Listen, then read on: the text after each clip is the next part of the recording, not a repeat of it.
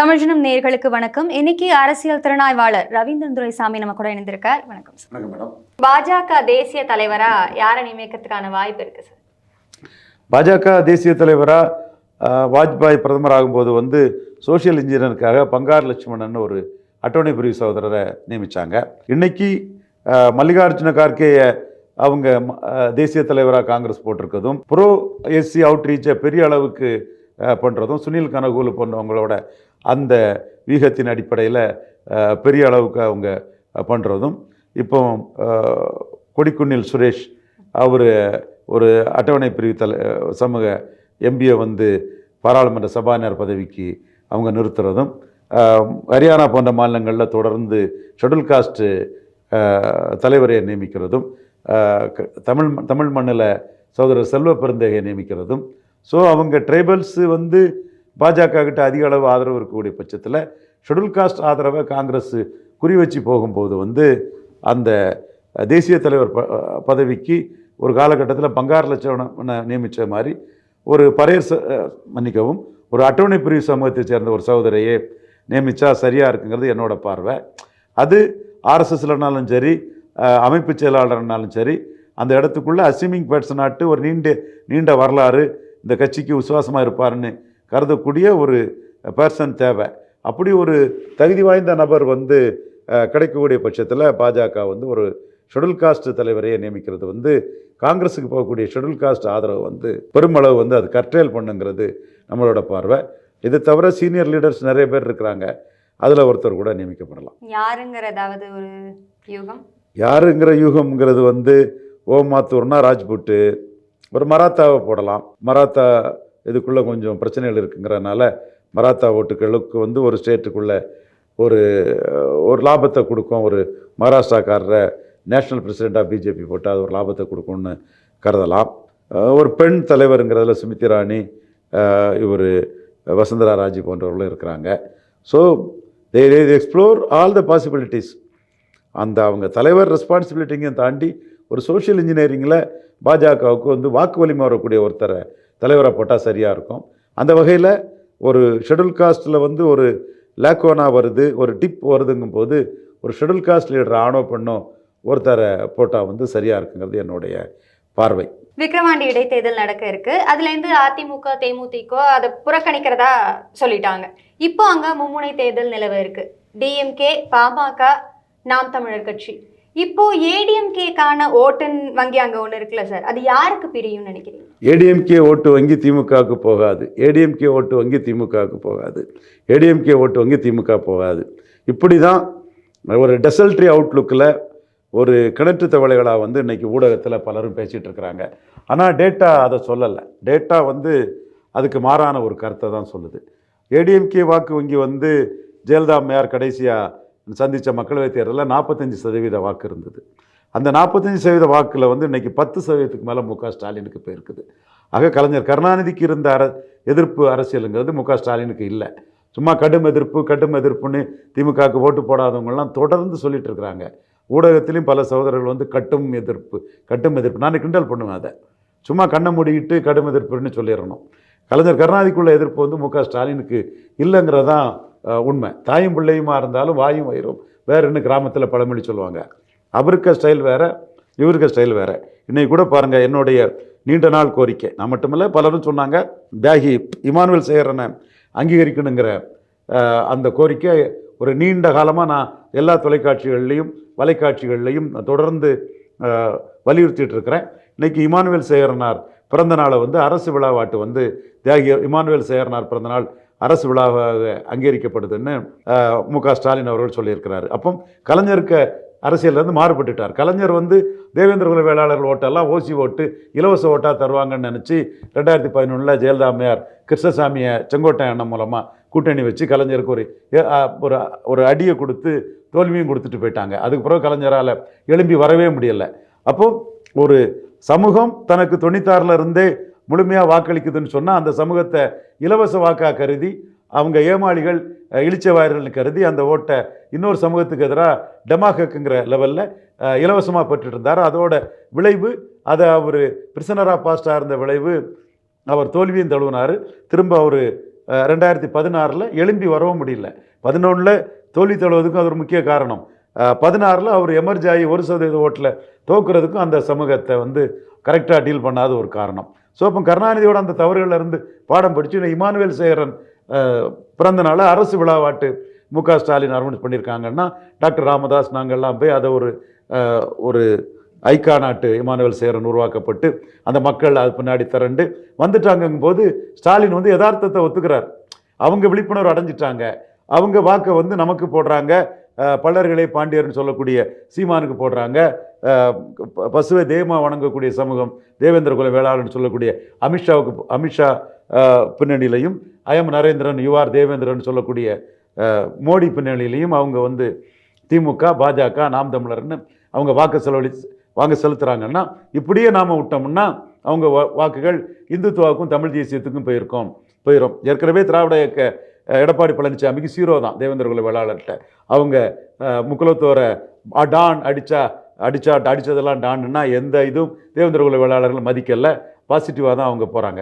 அப்போ ஸ்டாலின் இந்த இடத்துக்குள்ளே அந்த சமூகம் பாசிட்டிவாக மூவ் பண்ண ஆரம்பிச்சிட்டாங்க, தன்னை மதிக்கக்கூடிய மோடி பின்னாடி போகிறாங்க, பலர்களே பாண்டியர்கள்னு சொல்லக்கூடிய சீமானுக்கு தமிழ் தேசியத்தை நோக்கி நகர்றாங்கன்னு சொல்லும்போது ஸ்டாலின் அதை தெளிவாக உணர்ந்துக்கிட்டு தியாகி இமானுவேல் சேகரனார் பிறந்தனால அரசு விழாவாக அறிவிக்கணும்னு சொல்கிறாரு. அவருக்கு என்னுடைய மனமார்ந்த நன்றியை தெரிவித்துக் கொள்கிறேன். இந்த கோரிக்கையை பல ஆண்டுகளாக திமுக அரசுகிட்டையும் ஜெயலலிதா அரசுகிட்டையும் நாம் சொல்லிட்டு வந்தோம். அதில் அவங்களுக்கெல்லாம் செவுடன் காதில் ஊதின சங்கு மாதிரி போயிட்டு கலைஞர் ஜெயலலிதா அம்மையாருக்கெல்லாம் இந்த மக்கள் உணர்வை கலைஞரும் புரட்சி தலைவர் மதிக்கலை. இந்த மக்கள் உணர்வை எங்கள் கோரிக்கையை ஏற்று நாங்கள் இதை மக்கள் மத்தியில் விழிப்புணர்ச்சி ஏற்படுத்திருங்கலாம் புரிஞ்சுக்கிட்டு தமிழர்களை மதிச்சிருக்கிறாருன்னா, அவர் கடந்த காலத்தின் கைதியாக இல்லாமல் குய்வைவாக அப்டுடேட் ஆகி அரசியல் பண்ணுறாரு. ஸோ அந்த 45% ஜெயலலிதா அம்மையார் எடுத்த வாக்கில் பெரும்பகுதி மு.க. ஸ்டாலினின் உதயசூரியனுக்கு தான் போயிருக்குது. அது காரணம் கலைஞர் மாதிரி அவர் கடந்த காலத்தின் கைதியாக இல்லாமல் நடைமுறை அரசியலை நடப்பு அரசியலை புரிஞ்சுக்கிட்டு அப்டேட் ஆகி அவர் செயல்படுறாரு. ஸோ கலைஞருக்குள்ள எதிர்ப்பு மு.க. ஸ்டாலினுக்கு இல்லைங்கிறதா மறுக்கவோ முடியாத உண்மை. டேட்டா தெரியாமல் பலரும் அதை வாய்ப்புளித்ததோ மாங்காய் புளித்ததோன்னு பேசிகிட்டு இருக்கிறாங்க. உண்மை நிலைமை அது இல்லை. ஸோ திமுகவுக்கு வந்து மு.க. ஸ்டாலின் தலைமையிலான திமுகவுக்கு அதிமுக வாக்கில் பெரும்பகுதி வந்திருக்குங்கிறதான் உண்மை. 20% தான் எடப்பாடி பழனிசாமி தலைமைக்கு எடுத்திருக்குது. மீதி 25% காணலை. அதில் 10 உதயசூரியனுக்கு, 8 மைக்குக்கு, 7 தாமரை மற்றும் அவங்களோட சேர்ந்து நிற்கவங்களுங்கிற நிலைமை தான் வந்திருக்குது. ஸோ அதிமுக வாக்கு சிதறிய வாக்கு 3 தரப்புக்கு போயிருக்குது. திராவிடத்துக்கு அதிகம் போயிருக்குது, தமிழ் தேசியத்துக்கு போயிருக்குது, இந்துத்துவாவுக்கு போயிருக்குது. ஸோ இந்த இடத்துக்குள்ள திமுகவுக்கு வந்து ரெட்டலைக்கு விழுந்த வாக்குகள் விழுவதற்கான வாய்ப்புகள் பிரகாசமாக இருக்குது. 50% வாக்குகளுக்கு மேலே திமுக அணி பெறும்போது இது உண்மையே ஆகும். அங்க விக்கிரவாண்டியை பொறுத்த வரைக்கும் குறிப்பிட்ட சமூகத்தினரோட ஓட்டு வந்து ஜாஸ்தியா இருக்கு. அது பாமகக்கு போறதுக்கான வாய்ப்பு அதிகம் இருக்கா திமுகவை விட? குறிப்பிட்ட சமூகம் தமிழ்நாட்டுக்குள்ள 13% இருக்குது. அம்பாசங்கர் கமிஷன் படின்னு 10% வாக்கு இடஒதுக்கீட்டை பாமக கேட்குறாங்க. பாமக தனிச்சு வந்து 5% வாக்குக்கு மேலே எடுத்ததில்லை. முன்னாடி ஒரு காலகட்டத்தில் 6 எடுத்திருக்கிறாங்க. அப்போ தேவேந்திர குல வேளாளர்கள் வாக்கு இருந்தது. அப்போ 10% வன்னியர்கள் இடஒதுக்கீடு கேட்குறாங்க. வன்னியர்கள் 13% இருக்கிறதாக அம்பாசங்கர் கமிஷன் சொல்லுது. அப்போ வன்னியர் வாக்கில் வந்து 10க்கு 4 பேர் தானே பாமக எடுக்கிறாங்க. மீதி 10க்கு 6 பேர் வந்து திமுக அதிமுகவில் இருக்கிறாங்க இல்லையா? ஒரு சமூகம், பெரிய சமூகம், பெருத்த சமூகம் 1931 சென்சஸில் 17% இருக்குன்னு சொல்லக்கூடிய சமூகம் கலெக்டர் ரிப்போர்ட்ஸ் மாறுபட்ட கருத்தை கொடுக்குது, அம்பாசங்கர் கமிஷன் ஒரு கருத்தை கொடுக்குதுன்னு சொல்லும்போது அந்த சமூகத்தில் ஒரு கணிசமான பகுதியினர் பாமகவுக்கு இருந்தாலும் கூட பாமகவை மட்டுமே அந்த சமூகம் ஆதரிக்குதுன்னு சொல்லிவிட முடியாது இல்லையா? ஸோ அந்த சமூகம் வந்து 57 திமுக தூக்கி விட்ட சமூகம், 62 திமுக தூக்கி விட்ட சமூகம், 77 திமுகவை காப்பாற்றின சமூகம்னு சொல்லும்போது அந்த சமூகத்தில் வந்து சப்ஸ்டான்ஷியல் ஓட்ஸ் வந்து திமுகவுக்கும் உதயசூரியனுக்கும் கண்டிப்பாக இருக்குது. அந்த விக்கிரவாண்டி போன்ற இடத்துல கண்டிப்பாக இருக்கத்தான் செய்கிறது என்னோட கருத்து. இதில் யார் ஜெயிப்பான்னு எல்லாத்துக்குமே தெரியும். இதில் யாரும் பிரச்சாரம் பண்ணி திமுக ஜெயிக்க வேண்டிய அவசியம் இல்லை. ஆனால் என்ன நாளைக்கு நடக்க போதோ அதை நம்ம சொல்லணுங்கிறதுக்காக தான் 50% மேலே திமுக அணி வாக்கெடுப்பாங்க. அதிமுக வாக்குலேயும் ஒரு கணிசமான மேஜர் சங் லயன் ஷேர் வந்து திமுகவுக்கு போகுங்கிறது என்னோட கணிப்பு. கள்ளக்குறிச்சி விவகாரம் வந்து பெரிய பூதாகரமாக வச்சுட்டு இருக்கு. இப்போ வரைக்கும் 59 பேர் அங்கே உயிரிழந்ததாக சொல்லியிருக்காங்க. இதை பத்தி நிறைய தரப்புகள் வந்து அவங்களோட கருத்துக்களை முன் வச்சுட்டு இருக்காங்க. முக்கியமா முதலமைச்சர் ஸ்டாலின் பதவி விலக வேண்டும் அப்படிங்கிற ஒரு கருத்தையும் முன்வைக்கிறாங்க. இதை பத்தின உங்க கருத்து என்ன சார்? பொள்ளாச்சி விவகாரம் ஓட்டர்ஸை இன்ஃப்ளூயன்ஸ் பண்ணலை, ரேவண்ணா விவகாரம் ஓட்டர்ஸை இன்ஃப்ளூயன்ஸ் பண்ணலை. பட் இது மிகப்பெரிய கொடுமையான விஷயங்கள் தான், கிரைம் அகெயின்ஸ்ட் சொசைட்டி தான். இதுவும் கரப்ஷன், ஆளுங்கட்சியோட நிர்வாக சீர்கேடு, நிர்வாக திறமையின்மை எல்லாமே இதில் வெளிப்படுது. பட் இது ஓட்டிங் பேட்டர்னை பாதிக்குமான்னு சொன்னால் sorry mister Seeman, sorry mister Annamalai, sorry mister Edappadi Palaniswami, இது ஓட்டிங் பேட்டர்னை பாதிக்காங்கிற என்னோட கருத்து தெள்ள தெளிவாக இருக்கிறேன். நீங்கள் எதிர்க்கட்சி தலைவராக, பவர்ஃபுல் பிஜேபி தலைவராக, நாம் தமிழர் என்கிற கட்சியை தனிச்சே நின்று தோளில் தூக்கி வளர்க்கக்கூடிய சீமான் 3 பேருக்குமே நான் சொல்கிறேன், இது வந்து ஓட்டிங் பேட்டர்னை பாதிக்காதுங்கிறது என்னோட கருத்து. ஓட்டிங் பேட்டர்னை தாண்டி இப்போ அந்த ஒரு விஷயங்கிறது இது ரொம்ப பெரிய விஷயம், ரொம்ப சின்ன விஷயம் நம்ம சொல்ல முடியாது. உயிர் அப்படிங்கிறது விலை மதிப்பில்லாதது. 59 பேர் உயிரிழந்திருக்காங்க, 100க்கும் மேற்பட்டோர் மருத்துவமனையில் அனுமதிச்சிருக்காங்க. இதுக்கு யார் பொறுப்பு சார்? நீங்கள் அறச்சீற்றத்தோட கோபத்தோட இந்த கேள்வியை கேட்டீங்க, நான் அதை தெளிவாக வாட்ச் பண்ணேன். உங்கள் கோபத்தில் நியாயம் இருக்குது, அந்த அறச்சீற்றம் நியாயமானது தான். இதற்கு யார் பொறுப்புன்னு சொன்னால் நம்ம சொசைட்டி பொறுப்பு, முதலமைச்சர் பொறுப்பு, முதலமைச்சர்கிட்ட இருக்கக்கூடிய காவல்துறை பொறுப்பு, காவல்துறையை இன்ஃப்ளூயன்ஸ் பண்ணக்கூடிய ஆளுங்கட்சிக்காரங்க பொறுப்பு. ஸோ இது ஆளுங்கட்சியோட ஒரு ஃபெயிலியர் தான், நிர்வாக சீர்கேடு தான், அது நான் மறுக்கவே வரல. இது வந்து எதிர்க்கட்சிகள் இதை வந்து ஆளுங்கட்சிக்கு எதிராக ஒரு பிரச்சாரமாட்டு அவங்கள வந்து கலங்கடிக்கூடிய அளவுக்கு பண்ணுறாங்க. பட்டு துரைமுருகன் போன்றவங்களுக்கெல்லாம் தெரியும் இது எந்த அளவுக்கு பாதிப்பு ஏற்படுத்துங்கிறது, துரைமுருகன் போன்றவங்களுக்கெல்லாம் தெள்ள தெளிவாக தெரியும். என்றாலும் இப்படி ஒரு பிரச்சார ஆயுதத்தை எதிர்க்கட்சியோட கொடுத்ததே திமுக அரசுக்கு பலகீனம் தான். இதுக்கான தீர்வுன்றதை நீங்கள் எப்படி என்னன்னு சொல்லுவீங்க? இதற்கான தீர்வு என்னன்னா, கள்ளம் பெருசா காப்பாம் பெருசான்னு சொன்னால் கள்ளந்தான் பெருசாங்கிற மாதிரி தான் நாடு போயிட்டு இருக்குது.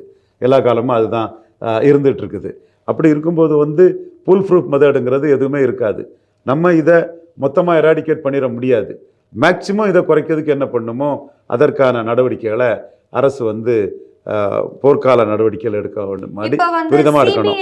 விசாரணைக்கு வந்து பாஜக சார்பிலையும் சரி, எதிர்கட்சி சார்பிலையும் சரி, ஆளுநர் கிட்ட போய் கேட்டிருக்காங்க சிபிஐ விசாரணை இதுக்கு கண்டிப்பா தேவை அப்படின்னு சொல்லிட்டு. அது சிபிஐ விசாரணைனால என்ன நடக்கும்னு நினைக்கிறீங்க? சிபிஐ விசாரணைக்கு வந்து ஸ்டேட் கவர்மெண்ட் கொடுக்க மாட்டாங்க. ஸ்டேட் கவர்மெண்ட்டுக்கு இன்வால்மெண்ட் இருக்குது, திமுக காரங்களுக்கு இதில் தொடர்பு இருக்குங்கிறத எக்ஸ்போஸ் பண்ணுறதுக்கு சிபிஐ விசாரணை அண்ணாமலை போய் கேட்டிருக்காரு. இந்த இதில் எதிர்க்கட்சி ரோலை மற்றவங்களோட நான் ரொம்ப எஃபெக்டிவாக பண்ணுறேன்னு அண்ணாமலை எஸ்டாப்ளிஷ் பண்ணுறாரு. சிபிஐ விசாரணை தேவைன்னா, இன்டர்ஸ்டேட் கிரைம்ஸுங்கன்னா சிபிஐ விசாரணை வந்து அலோடு தான், கோர்ட்டில் போய் கூட வாங்கலாம். இதில் ஒன்றும் இன்டர்ஸ்டேட் கிரைம் ஒன்றும் இல்லை, கிரைம் வித்தின் த ஸ்டேட். அதனால் கொஞ்சம் ரெகுலர் போலீஸை தவிர சிபிசிஐடிக்கு கொடுத்துருக்காங்க. சிபிசிஐடி இன்னும் நம்ம பெருசாக பேசப்படும். காலகாலமாக மக்களுக்கும் சிபிசிஐடி வந்து பிடிச்சி போன சிபிசிஐடி ஆகி போச்சுங்கிறது. அதுதான் அவங்க சிபிசிஐடி மேலே எங்களுக்கு வந்து நம்பிக்கை இல்லை அப்படிங்கிறது தான் அவங்க சொல்கிறாங்க. அதனால தான் சிபிஐ விசாரணை வேணும் அப்படின்னு நாங்கள் இது வந்து ஸ்டேட் கவர்மெண்ட் நினச்சா சிபிஐ எடுத்துக்கணும்னு சொல்லலாம், ஸ்டேட் கவர்மெண்ட் அதை சொல்ல மாட்டாங்க. உங்கள் கருத்துக்களை பகிர்ந்தமைக்கு ரொம்ப நன்றி சார். மற்றொரு நிகழ்ச்சியில் உங்களை சந்திக்கும் வரை நன்றி, வணக்கம்.